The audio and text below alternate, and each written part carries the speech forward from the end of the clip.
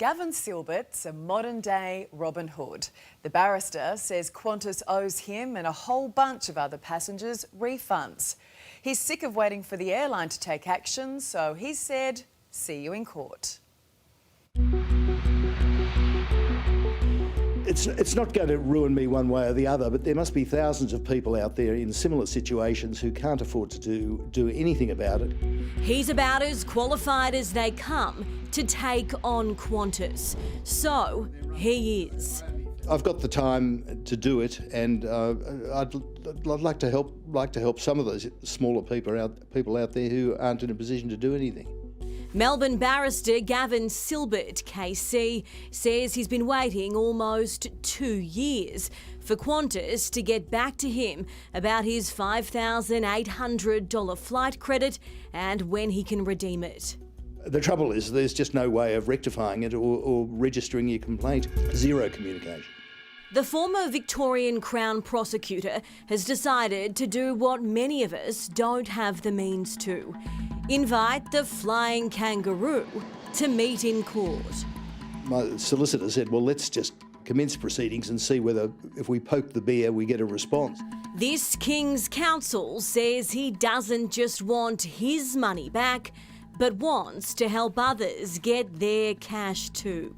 But I'd also like to help people, and just recovering the money isn't going to be enough for me. I'd like to do something for them.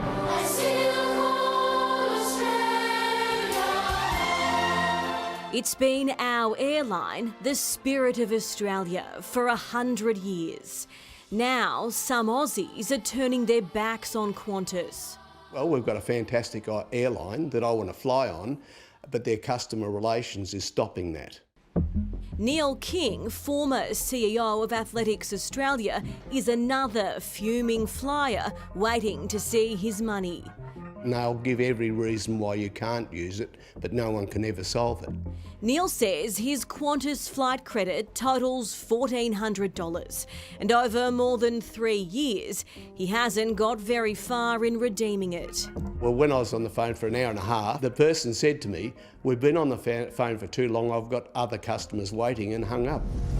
Earlier today, the airline told us its agents assess credits weekly and that more than $1.2 billion worth of flight credits have already been refunded or used. Qantas refused to be interviewed by us, but says it's apologised to Gavin for what's been an unsatisfactory experience and hopes it can make the situation right.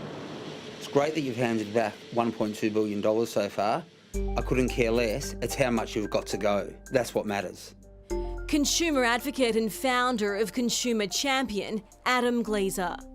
And I personally am still dealing with people from 3 years ago that are owed money. And it's a disgrace. I've had people that have spent 50 to 100 hours on the phone to Qantas with no result. It seems to them as if Qantas just want them to give up. Adam's lobbying the federal government for more protection for jet setters. What we're calling on is for Australians to have compensation for delayed and cancelled flights, like they do in overseas jurisdictions such as the UK and the EU. Qantas are a public company. They're holding money that doesn't belong to them. In the past, Gavin's advised his clients against taking legal action purely based on principle. Well, one, because it's expensive, financially draining, and two, it's emotionally draining, and often they don't end up in a very good situation if they proceed that way. But this time round, Gavin's ignoring his own professional opinion. No, I'm not taking my own advice. I'm too old to take my own advice. I think it's time someone did something. Well, I think everyone's going to watch with interest on that one. Meantime, the ACCC's investigation into Qantas flight credits is ongoing.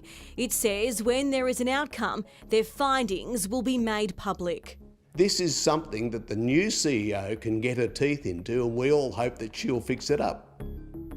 If not, it might have to be Gavin.